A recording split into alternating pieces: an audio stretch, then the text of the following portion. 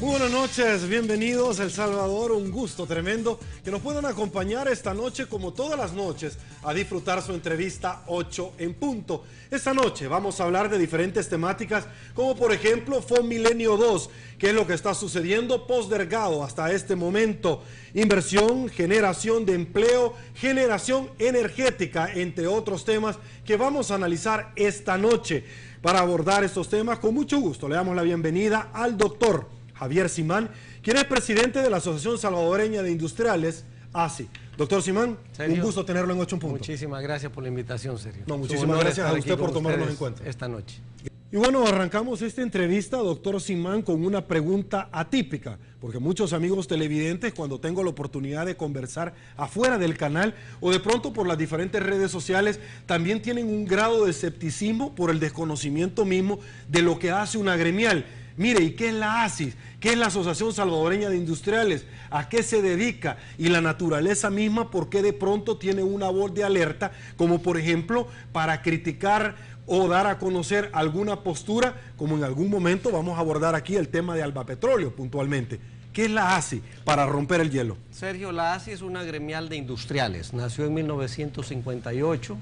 Tenemos la representación de 23 sectores industriales que juntos entre trabajadores y empresarios producimos el 92% de las exportaciones del país, representamos el 40% del empleo formal en El Salvador y aportamos aproximadamente el 24% del Producto Interno Bruto de nuestro país.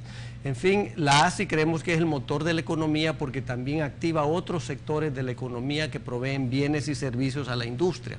Entonces, estamos convencidos que apostándole a la industria es que podemos reactivar la economía. Entonces, en esa labor, nosotros como gremial nos dedicamos a fortalecer la industria, a fortalecer la imagen de la industria, a mejorar la competitividad y la productividad de la industria.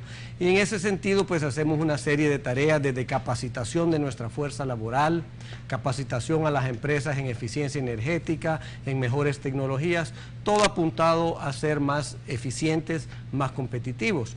El tema principal es de que nosotros como gremial gestionamos políticas públicas que beneficien a la industria. En ese sentido entramos a la cancha política a gestionar políticas públicas. Nos reunimos con comisiones legislativas, con ministerios, con diferentes instituciones del Estado, pero a gestionar política pública. No estamos promoviendo política partidaria. En ese sentido, nosotros pues andamos en esa labor, pero sin embargo, como gremial industrial, de nada nos sirve, Sergio, promover políticas públicas sectoriales para la industria, si lo que estamos viendo son problemas de nación más serios.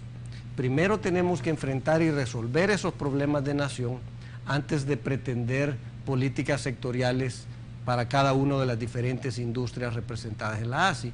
Por eso es que tú oyes que la ASI es una voz de alerta en temas de institucionalidad, en temas de Estado de Derecho, de independencia de órganos del Estado, y en ese sentido pues podemos coincidir con instituciones o candidatos o partidos que promueven los mismos principios constitucionales que nosotros defendemos y por supuesto nos vamos a oponer firmemente a cualquier instituto que promueva políticas contrarias a los principios constitucionales, porque estamos convencidos que ningún país puede prosperar si no es en un Estado de Derecho, con libertad y con democracia. Entonces, mientras preservemos esos principios, podemos nosotros prosperar como nación.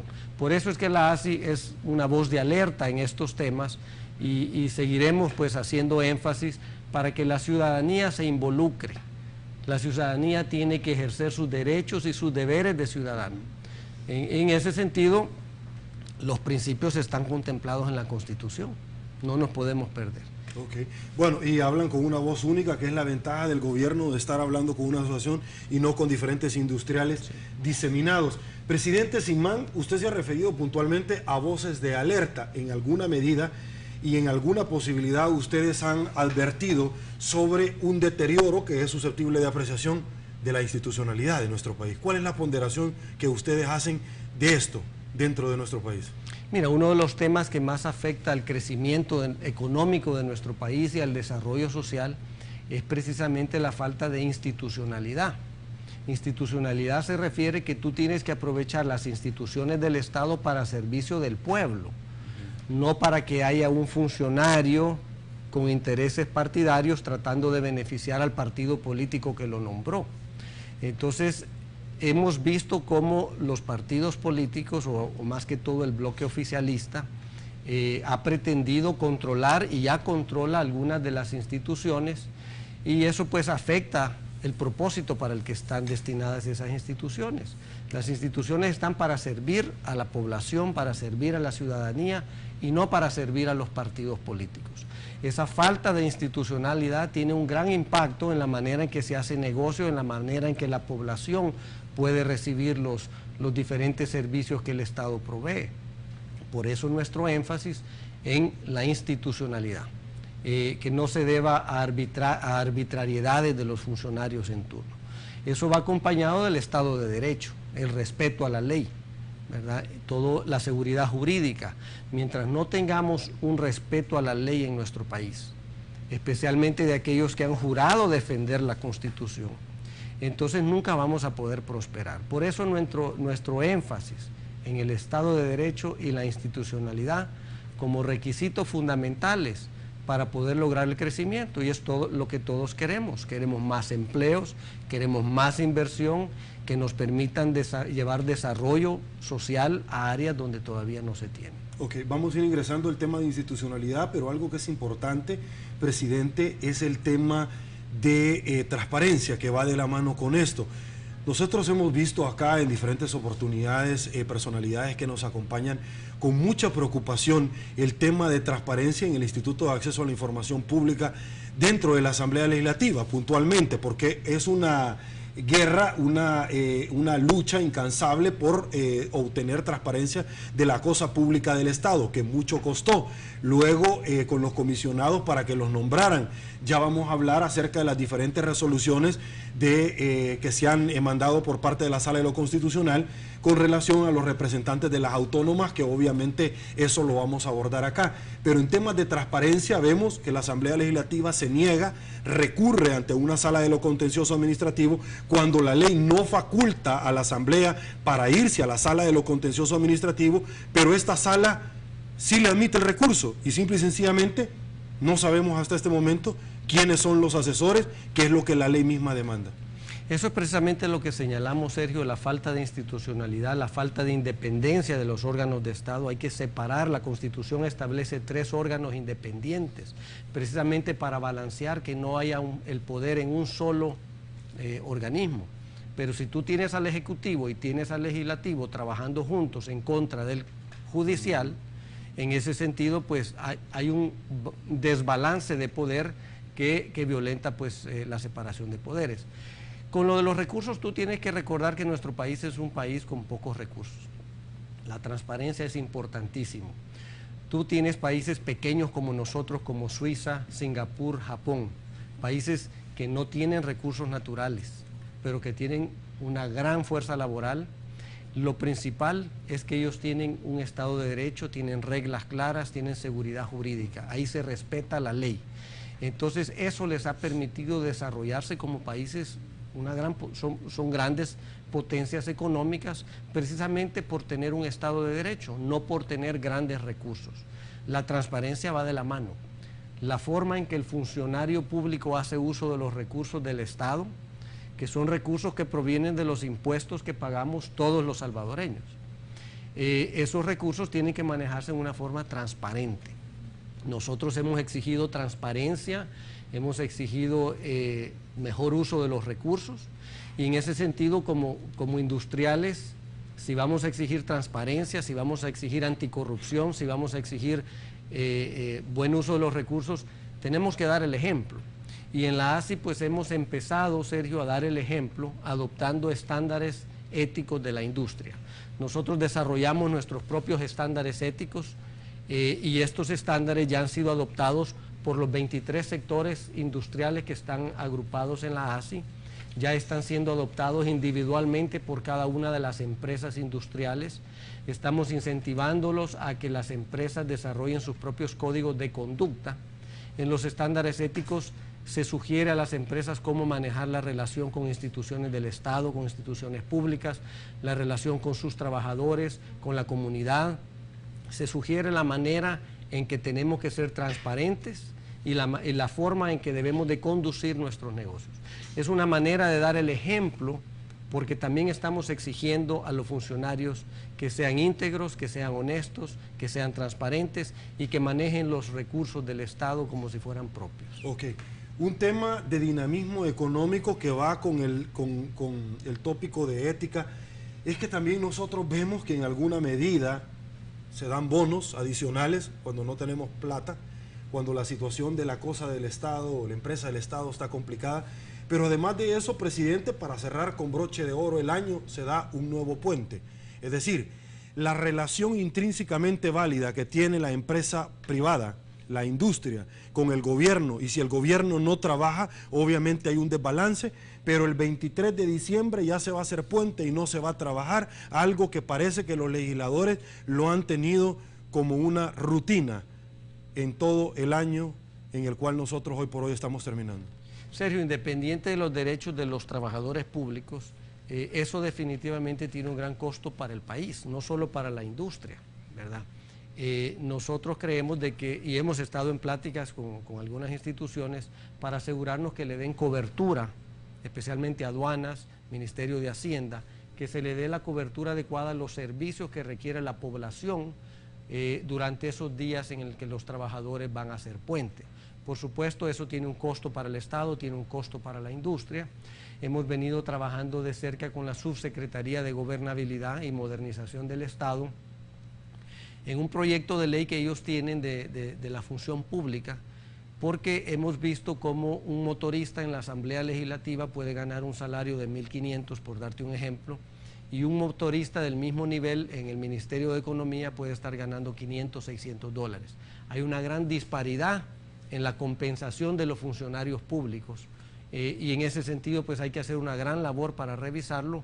Es justo que se compense bien a los funcionarios públicos que están dedicando su vida, su carrera al servicio y en ese sentido hay que equiparar un poco, pero también hay que reducir las excentricidades y los abusos que se dan en algunas instituciones del Estado con sobresueldos y bonos, cuando en otras instituciones como el Seguro Social no hay suficientes recursos para atender a nuestros trabajadores que ya prepagaron su servicio médico a través de sus aportes y los aportes que hacemos las empresas al Seguro Social. Entonces es incongruente que mientras algunas instituciones del Estado no tienen presupuesto, otras están haciendo usos extremos de lo que les sobra. Ok, usted mencionó, presidente, aduanas.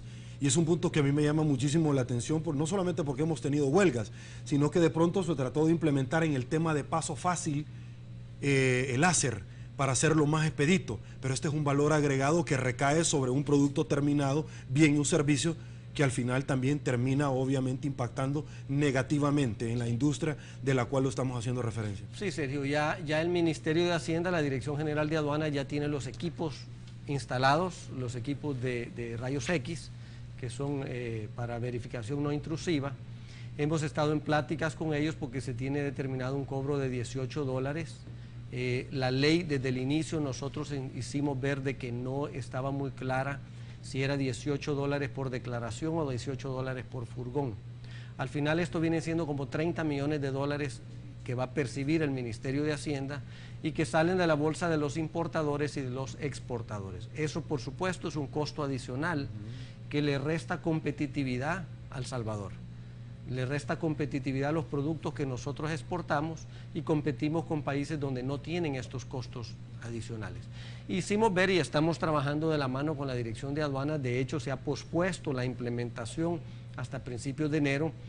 Agradecemos la buena colaboración de la directora de Aduanas y del viceministro de Hacienda con quien hemos venido platicando estos temas. Pero definitivamente hay que definir para qué se requiere los rayos X, si es solo para las importaciones o también para las exportaciones, porque los países de destino como Estados Unidos no exigen los rayos X hasta dentro de 2 años y van a exigir el rayo X del puerto de salida y nosotros salimos por los puertos de Guatemala y Honduras. O sea que representa un doble pago para el exportador, porque va a pagar un rayo X a la salida de aquí y otro a la salida del puerto, ¿verdad? Cuando solo se requiere el del puerto de salida.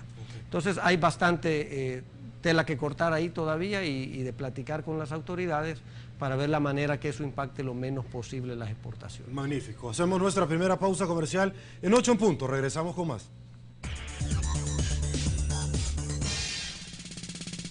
Estamos de regreso. Sabíamos que iba a estar muy pendiente la entrevista 8 en punto. Presidente Simán, una materia prima sin lugar a dudas es el factor energético.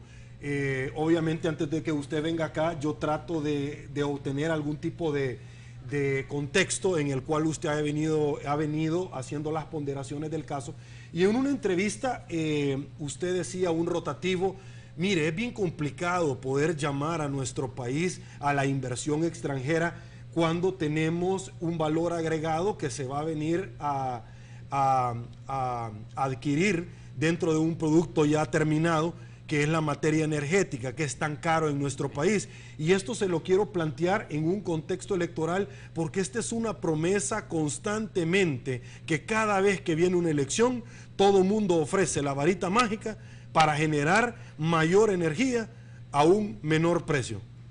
Definitivamente, Sergio, ese es un tema bien complejo. La energía eléctrica es uno de los insumos más altos en la industria y El Salvador tiene una de las tarifas energéticas más altas de la región, especialmente para industria, tal vez no en residencial, pero en lo que es industria, que somos grandes usuarios, consumimos el 40% de la energía que produce El Salvador. Para la industria tiene un gran impacto la energía eléctrica, por eso la ASI en ese tema es abanderado. Estamos asesorando a las empresas en eficiencia energética, estamos trabajando con el Consejo Nacional de Energía y con la CIGET para desarrollar programas de ahorro energético, normativas para la importación de equipos electrónicos y eléctricos que sean más eficientes, pero al final el problema es que la tarifa eléctrica es muy cara, y es muy cara porque nuestra matriz generadora depende casi un 50% de energía generada a base de petróleo. Nosotros no producimos petróleo, dependemos del precio internacional de petróleo. Del búnker en este caso, ¿no? Del búnker en este caso. Y si tú ves, El Salvador es una fuente de energía hidroeléctrica y geotérmica, pero en 25 años no hemos construido una sola empresa hidroeléctrica en el país. Y la única que está en construcción, que es el Chaparral, ya lleva 3 años de retraso, ya va al triple del costo. Aparentemente se les movió la montaña y eso le costó al país otros 108 millones de dólares, y para cuando la presa termine de construirse, que son de 66 megawatts, el país ya va a haber incrementado su demanda tremendamente. La otra fuente de energía, que es geotérmica, por la disputa que hay con el socio italiano, no se ha invertido en nuevos pozos geotérmicos y estamos desperdiciando esa oportunidad grandiosa de tener energía barata. Eso permitiría que no sea necesario subsidiar a nadie, porque todos tuviéramos energía competitiva, la industria de El Salvador fuera mucho más competitiva y nuestro país fuera más atractivo para inversiones. Pero cuando el inversionista extranjero busca dónde invertir, una de las principales investigaciones que hace es el costo de energía. La otra es, por supuesto, la seguridad jurídica. Entonces, en el tema energético, nosotros seguimos insistiendo en que se presione más por energías renovables. Estamos muy satisfechos que se ganó la licitación de 355 megawatts, un ofertante de gas natural. El gas natural es más eficiente, es más limpio y es más económico. Eso nos va a permitir tener energía más barata. Pero hay que resolver el problema de la GEO con Enel, hay que transparentar el uso de los recursos de CEL y de INE, y hay que modificar la ley orgánica de CEL para que la junta directiva opere más transparente y tenga mayor participación de otros sectores. Nosotros hemos recomendado, hay profesionales ingenieros eléctricos, ACIMEI o IEEE, que son las asociaciones, que pudieran participar en la junta directiva y aportar muchísimo. La industria le gustaría ser parte porque consumimos el 40% de la energía. En fin, se puede transparentar un poco más la conformación de la junta directiva de CEL para que se maneje más transparentemente. Sobre este último tema en el cual usted se refería, doctor Simán, caso CEL-Enel, Hemos visto nosotros hasta la saciedad que se ha dicho, se debe de respetar no solamente el contrato, sino que el arbitraje, por cuanto nosotros lo suscribimos y estaba invívido en un contrato, pero también nosotros fuimos parte de un arbitraje y se debe de respetar. Pero hemos visto en alguna medida algunos empresarios, algunas gremiales, que con mucha preocupación han trasladado su valoración en el sentido de que dicen no compartimos que una institución le solicite a la Fiscalía, por ejemplo en el caso puntual la Corte de Cuentas a la Fiscalía, que se deje sin efecto, que se tramite la nulidad no solamente del contrato en comento, sino que también la concesión que en su momento se entregó. ¿Cuál es su opinión? Sergio, te doy mi opinión desde dos puntos de vista separados. Primero, lo que es seguridad jurídica. ¿Cuál es el mensaje que está mandando El Salvador a los inversionistas extranjeros? Nos hemos reunido con embajadores de los países europeos y están sumamente preocupados del mal precedente que este representa para los inversionistas extranjeros. ¿Qué inversionista va a querer venir a El Salvador si en repetidas ocasiones el Estado salvadoreño no ha honrado sus compromisos, ha terminado yendo a arbitrajes, ha perdido y el país ha terminado pagando grandes cantidades después de los arbitrajes?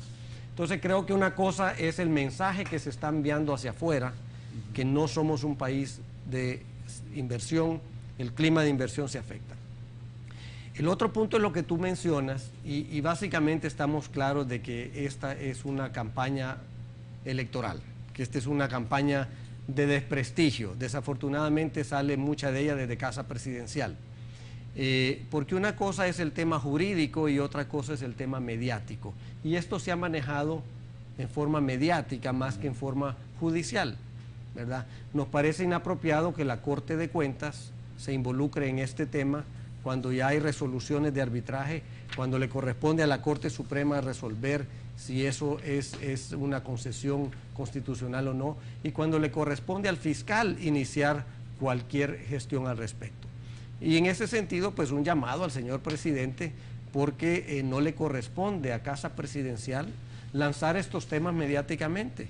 Si esta es una investigación judicial, le corresponde al fiscal, no le corresponde al señor presidente. Eso es lo que da la impresión, pues, de que esto es una campaña de desprestigio y es una campaña parte del proceso electoral. Esperaríamos que esto se maneje con la mayor prudencia y con la mayor objetividad posible dentro del marco jurídico y que se llegue a un arreglo con los inversionistas italianos para bien del país. Estamos dependiendo de la explotación geotérmica que nos permitiría tener energía a precios competitivos para todos los salvadoreños. Ok, el otro punto que usted mencionaba, además del caso Selenel, es el chaparral. ¿Cuál es la ponderación que ustedes como industriales hacen cuando se esgrimen argumentos tan endebles como que la montaña se movió y por eso había que pagar 108 millones de dólares para evitar que nos fuéramos nuevamente como país a un arbitraje, pero luego a la misma empresa que se le adjudica el dibujo por segunda vez consecutiva establece que en ningún momento la montaña se movió, pero la plata ya se pagó? Mira, nosotros hemos hecho un llamado al fiscal precisamente porque el fiscal, acordate que la justicia es ciega, pero eso no quiere decir que el fiscal se va a tapar un ojo. La justicia tiene que aplicar por igual a todos. Y nos ha llamado mucho la atención que el fiscal ha iniciado un proceso judicial que respetamos, pero ha abarcado solo un periodo y no ha continuado con las investigaciones posteriores, ¿verdad? Y hay mucha tela que cortar en ese sentido. Entonces, sí hemos hecho un llamado al fiscal que si algún funcionario ha cometido un error, que se le siga el proceso administrativo. Si un funcionario ha cometido un delito, que se le siga el proceso penal y que paguen las cuentas. No estamos encubriendo a nadie, pero que paguen justos por pecadores. La Fiscalía no puede hacerse el ojo pacho a unos casos y perseguir otros casos. En ese sentido, un llamado a la Fiscalía que se investigue el proceso del Chaparral. Nos llama mucho la atención también el caso de la Diego de Holguín, ¿verdad? Que sucedió lo mismo. Hay una orden de captura contra Jorge Nieto. Jorge Nieto ha sido un funcionario honrado, con integridad, Si Jorge ha cometido un error, que se le siga el proceso administrativo. Pero ¿por qué la investigación terminó solo en el periodo de Jorge Nieto? ¿Por qué no se investigó el periodo previo y el periodo posterior? El señor Gutiérrez, por ejemplo. Entonces, ese es un llamado al fiscal que la justicia tiene que ser ciega y que tiene que aplicar a todos por igual. Ok. El tema de emprendedurismo, y es que en algún momento vamos a ir abordando esta situación porque es importante, presidente, al hacer un estudio de factibilidad, un inversionista extranjero no solamente pondera el tema de la energía, pondera también la seguridad y certeza jurídica que se pueda tener, pero además de eso, ¿en cuánto tiempo se establece una empresa en nuestro país? Y es que se han presentado una serie de propuestas de paquetes de reformas fiscales para evitar precisamente todo ese tiempo, que cuando usted viene a obtener todos los permisos, ya se le vencieron los 2 primeros y le pasaron 2 años y nunca conformó una empresa en este país. Efectivamente, Sergio, la tramitología y la burocracia son una de las causas principales de nuestra falta de competitividad. La industria está sumamente regulada en nuestro país. El problema es que las leyes aquí no se aplican, no se enforzan y además hay arbitrariedad a veces cuando se aplica. Entonces, hemos visto en este periodo legislativo que se ha pretendido imponer más leyes, algunas contradictorias con las leyes existentes. Entonces, lo que está pasando es de que estamos haciendo los trámites y la burocracia tan grande que muchas empresas se mueven a la informalidad, es decir, no cumplen con ninguna ley y nadie los supervisa. Al estar en la informalidad, pagan menos impuestos. Al estar en la informalidad, sus trabajadores no tienen acceso a atención médica del Seguro Social, no tienen pensiones de AFP, no tienen acceso a préstamos bancarios. Entonces, entramos en un círculo vicioso donde hay más informalidad, hay menos impuestos, entonces el gobierno pretende elevar los impuestos a los pocos que pagamos impuestos y se convierte en un círculo vicioso de mayor informalidad. Tenemos que atacar eso, hay que reducir la burocracia, la tramitología. Recuerda que la industria invierte a largo plazo. Una fábrica, desde que la diseñas y la construyes específicamente para la industria que vas a trabajar, pueden tomarte 18 meses, 24 meses. Entonces la industria es muy susceptible a la incertidumbre política y a la inseguridad jurídica, porque para el momento que empiece a vender sus productos en 1 año y medio, si ya cambiaron las reglas, no va a ser igual su rentabilidad. Entonces el industrial es mucho más cauteloso en sus inversiones y es mucho más susceptible a la inseguridad jurídica y a la incertidumbre política. Aspiracionalmente se vio con mucha ambición, presidente, cuando se conformó como un primer esfuerzo aquel Consejo Económico y Social, el CES, que, como dice un dicho, la montaña parió un ratón, porque no tuvo mayor trascendencia, se esperaba más. Sin embargo, vimos como algunos empresarios se empezaron a retirar de un evento de nación que se esperaba que al final pudieran converger todos los factores reales de poder, como la Asociación de Industriales, y poder sacar adelante este país. ¿Qué sucedió? ¿Nació muerto este proyecto? Mira, nosotros creemos de que el gobierno trató de validar a través del CES muchas de sus propuestas, y el CES no era para eso. Para nosotros fue muy productiva el diálogo y la discusión con diferentes sectores que están representados en el CES, pero al final el gobierno, ninguna de las propuestas que el CES escuchó o que propuso, al final fueron implementadas. Además, recuerda que el CES no es vinculante. Entonces, al final, lo que ahí se discute, el gobierno puede o no puede implementar. Bueno, las 2 reformas fiscales prácticamente lo que trataban era de validarlas dentro del Consejo Económico y Social. Al contrario, Sergio, muchas de las propuestas de ley que este gobierno propició no se pasaron por el CES. Solo se pasaron las que el gobierno quería que el CES validara. Entonces, al final, nosotros como sector privado no nos podemos prestar a ese juego, solo a la foto, para validar algo. Si nosotros vamos a ser parte de algo, quisiéramos pues que se tomen en cuenta las observaciones. De lo contrario, pues, ¿por qué estar en algo donde no se toman en cuenta? Magnífico. Pausa, señores, una nueva, en 8 puntos. Volvemos con más. Muchísimas gracias por su preferencia, presidente. Bueno, una pregunta me lleva a la otra. En algún momento usted nos hablaba acerca de certidumbre y seguridad jurídica y que no llegan las reformas, pero en alguna medida algunos representantes de la empresa privada yo he escuchado donde dicen, mire, pero sí se hacen otro tipo de reformas para favorecer a otra empresa. Inequívocamente yo lo tengo que decir sobre el tema de Alba Petróleo. ¿Cuál es la ponderación que ustedes hacen? Porque en algún momento han dicho categóricamente Alba no está compitiendo como debería de hacerlo. Por favor. Es correcto, Sergio. Primero, ellos dicen que Alba es una empresa de finalidad social. Todos sabemos que Alba es una empresa de finalidad política. Eso no hay ninguna duda. Tienes que retroceder y ver la conformación de Alba. Alba es una empresa de economía mixta en la que participa 40% fondos de las alcaldías del FMLN y 60% es una inversión de PDVSA, Petróleo de Venezuela. O sea que estás hablando de una sociedad de capital venezolano, del gobierno de Venezuela, y el resto es de las alcaldías del FMLN.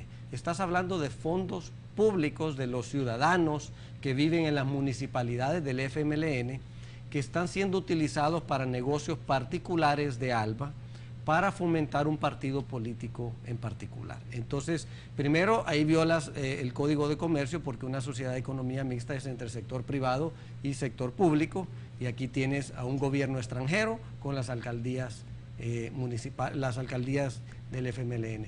Segundo, porque también viola la ley que tú tienes fondos de un gobierno extranjero siendo utilizados para propósitos políticos.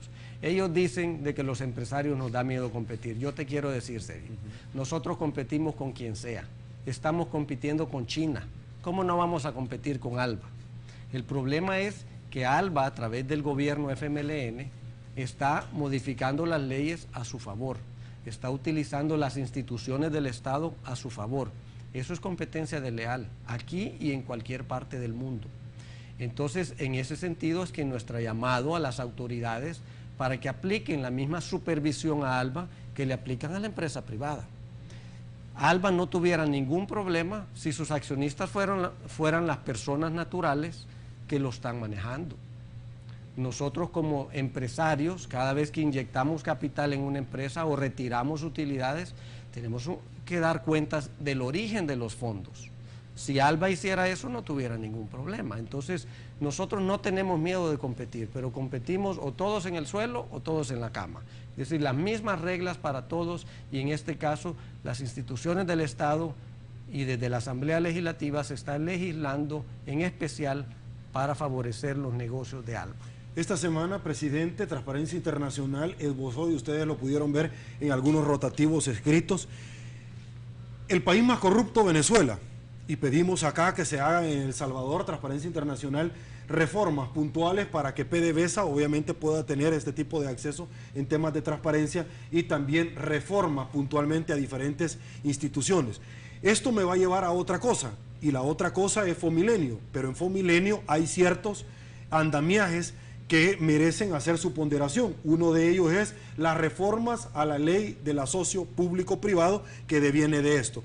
¿Cuál es la razón por la cual no se dan estas reformas al interior de la Asamblea Legislativa? ¿Es realmente la justificación de que la ley de agua se tiene que aprobar primero porque si no se podría privatizar? ¿O es realmente que con las reformas a la privatización, en la cual nosotros estamos hablando puntualmente, que ellos están esbozando, podríamos conocer cómo se invierte en el tema de Alba Petróleo y las alcaldías? Mira, Sergio, Alba Petróleos y el FMLN solo tienen un interés en controlar aquellos sectores de la economía que tienen un impacto directo en la población. Yo he platicado con ellos, ¿por qué no invierten en la industria? ¿Por qué no montan una fábrica de exportación y generan miles de empleos de un solo? No les interesa. A ellos solo les interesa controlar sectores de la economía con un impacto en la población para propósitos políticos. Por eso están comprando negocios existentes. Ellos no están generando nuevos empleos, están adquiriendo negocios. Y tenemos información que adquieren negocios a precios exorbitantes, que no tienen ninguna relación con la rentabilidad de la empresa. Ningún empresario con dos dedos de frente va a comprar una empresa a un precio tan alto que no le va a dar la rentabilidad. Entonces, obviamente, se está legislando desde la Asamblea Legislativa para favorecer ese tipo de negocios. Entendemos que el FMLN tiene sus reservas con estas leyes que tú mencionas, desconocemos los propósitos, si tiene que ver con ALBA o no, pero obviamente eso es un impedimento muy grande que está deteniendo la aprobación, la firma del Fomilenio. Y pues aquí un llamado que quisiéramos hacer, serio, porque Fomilenio es un regalo del gobierno de los Estados Unidos, ese dinero de los ciudadanos americanos que han pagado en impuestos, y que el gobierno de Estados Unidos promueve este programa a aquellos países para ayudarles en su desarrollo económico y social cuando han cumplido o han hecho esfuerzos para mejorar y fortalecer su democracia, su institucionalidad, su lucha contra el narcotráfico. Entonces, si nosotros como país queremos tener esa oportunidad del Fomilenio para llevar desarrollo económico y social a la zona costera, tenemos que poner de nuestra parte. Es decir, no solo vamos a aceptar el regalo de Estados Unidos sin cumplir con los compromisos que nos están pidiendo. En ese sentido, un llamado a los legisladores que se apruebe. Entendemos que ya se aprobó la ley de lavado el día de ayer. Las reformas con 83 votos. El fiscal, pues entendemos que ha hecho algunas observaciones. Está pendiente las reformas a la ley de asocio público-privado, porque el Fomilenio no va a ser un desarrollo solo del Estado. El Fomilenio va a llevar desarrollo a esas zonas en asocios con sector privado. Entonces se necesita la ley que sea el marco jurídico bajo el cual se va a atraer inversión a la zona costera. Sin el marco jurídico apropiado nadie va a invertir. Entonces es importante que se aprueben esas dos reformas y que se agilice la gestión para la firma del Fomilenio lo más pronto posible. Creemos que el Ejecutivo tiene una gran responsabilidad. No se puede lavar las manos solo que en la fracción legislativa del FMLN se ha opuesto. Este es su gobierno, este es un gobierno del FMLN, y el Ejecutivo tiene la responsabilidad de que se cumplan todos los compromisos para poder lograr esa oportunidad tan grande que es para El Salvador como es el Fomilenio. Ahora, Fomilenio 2 categóricamente no se ha perdido, pero sí se ha paralizado momentáneamente, presidente, hasta que los legisladores entiendan de una vez por todas que se deben de aprobar esto, no por un capricho de aquel gobierno del norte, sino que porque hay que transparentar los mismos fondos de los cuales van a venir a nuestro país por medio de estas herramientas jurídicas. Definitivamente que sí, Sergio. Entonces, creemos de que esta es una gran oportunidad para desarrollar la zona costera de El Salvador. Es importante para todos los salvadoreños, es importante para la industria, es importante para todos los sectores de la economía aprovechar esta oportunidad. Y El Salvador, Sergio, tiene muchas otras oportunidades que no se están aprovechando precisamente por este clima de incertidumbre, por esta falta de clima de inversión. Ok, usted habló de campaña y muy buena parte de las personas que nos acompañan aseguran el presidente Mauricio Funes se ha despojado de la investidura de mandatario y hoy por hoy es un activista político. ¿Comparte usted esta aseveración? Nosotros creemos de que no está contribuyendo al clima de inversión, Sergio. Definitivamente, como te mencionaba hace un rato, las acusaciones le corresponde hacerlas al fiscal, no al señor presidente.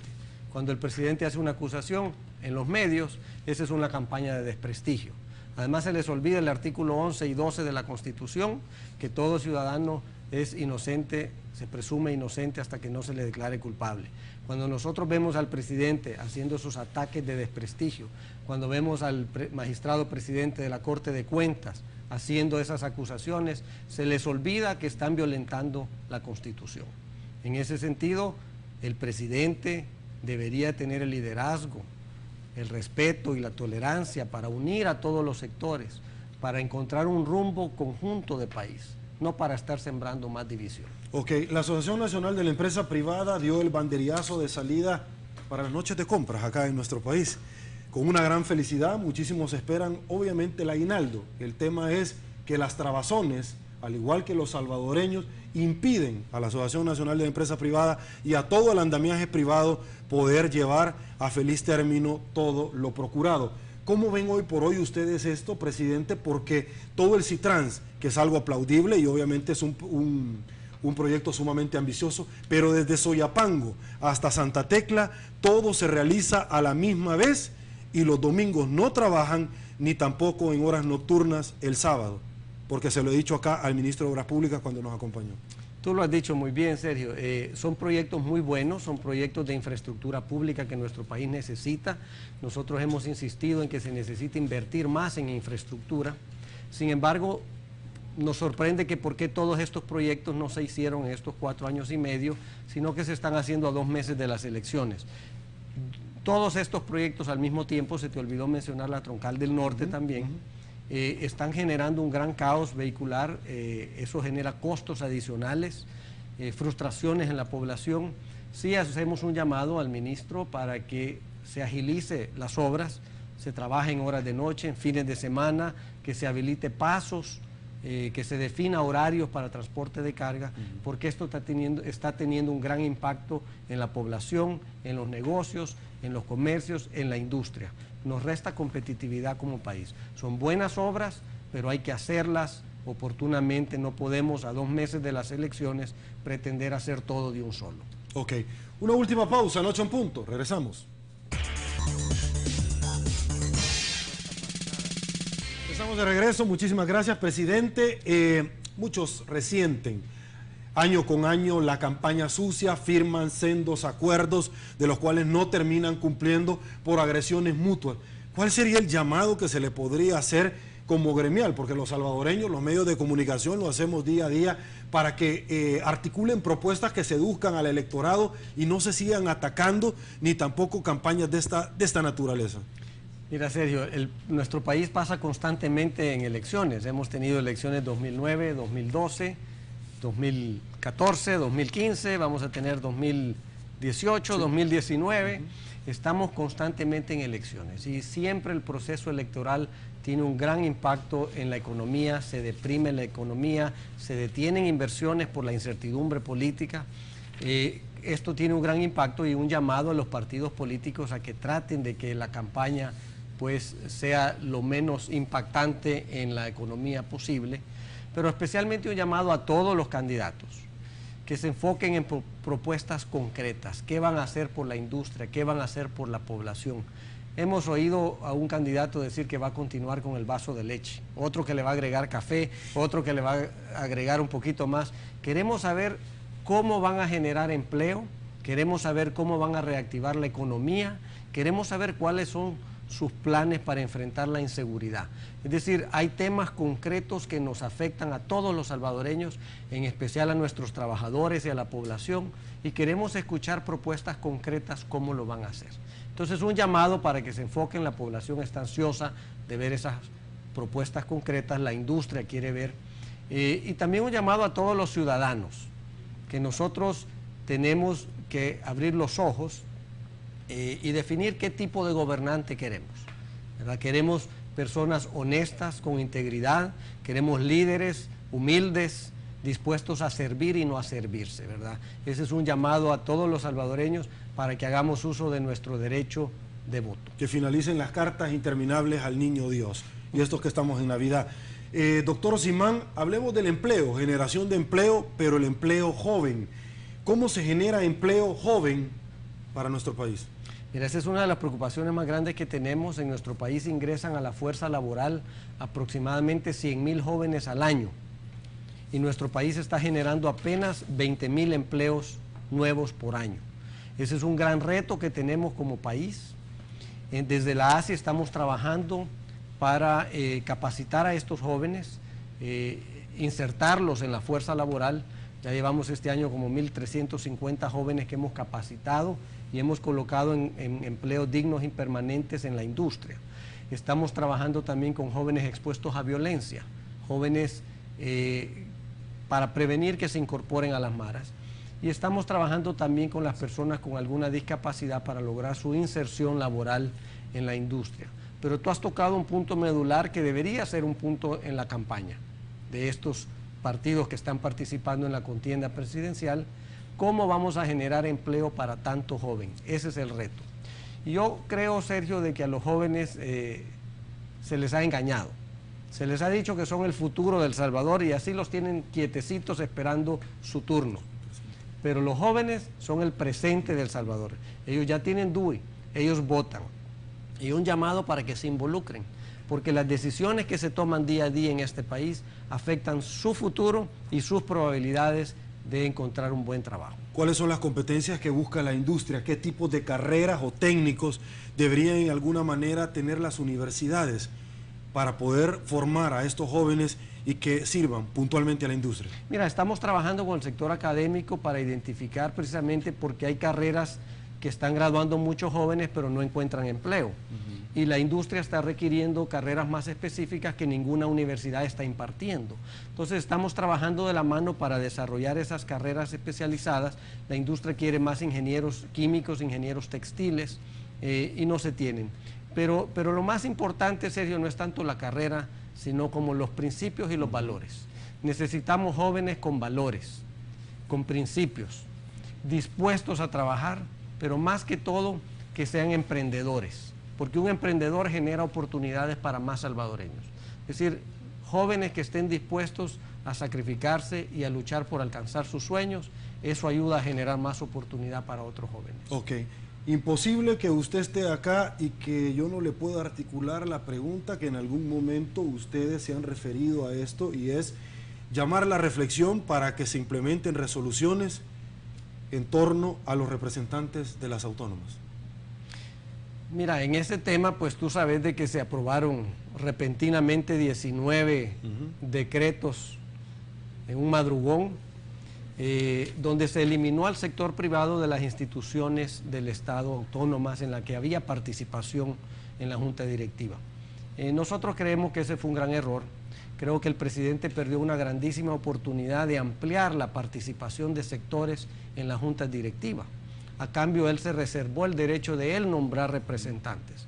Pero eso viola los tratados de la OIT, de la Organización Internacional de Trabajo, que exigen que en aquellas instituciones tripartitas, donde hay representación patronal y representación laboral, nadie puede interferir en esa representación.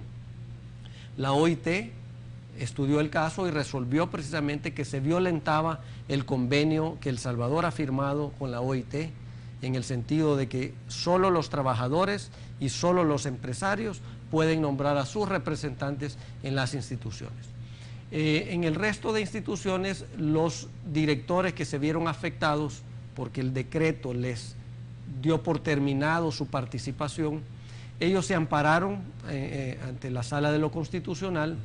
La Sala de lo Constitucional admitió el amparo en su oportunidad, lo que suspendió la aplicación del decreto, y recientemente la Sala de lo Constitucional determinó que fue inconstitucional el decreto que el presidente sometió. Por lo tanto, el sector privado puede continuar designando a sus representantes en esas instituciones. Creemos que es importantísimo que se amplíe la participación de las diferentes gremiales, pero también de los diferentes sectores profesionales, porque mientras mayor diversidad de opinión hay en una junta directiva, es más fructífero, ¿verdad? En ese sentido, un llamado que se reforme ese decreto inconstitucional para hacerlo más participativo. Con eso nos quedamos, llegamos al final de Entrevista 8 en Punto. Presidente Simán, siempre es un gusto que nos acompañe a este espacio. Muchísimas gracias por invitarnos. Gracias a usted. Gracias, amigos televidentes, muchísimas gracias por sintonizar de principio a fin 8 en Punto. Recuerde, sintonizar Debate Político próximo domingo, 7:30 de la noche. Soy Sergio Méndez, hoy viernes 6 de diciembre del 2013. Así las cosas en nuestro país. Pasen muy buenas noches, será hasta el día lunes. Que el Señor los bendiga a todos.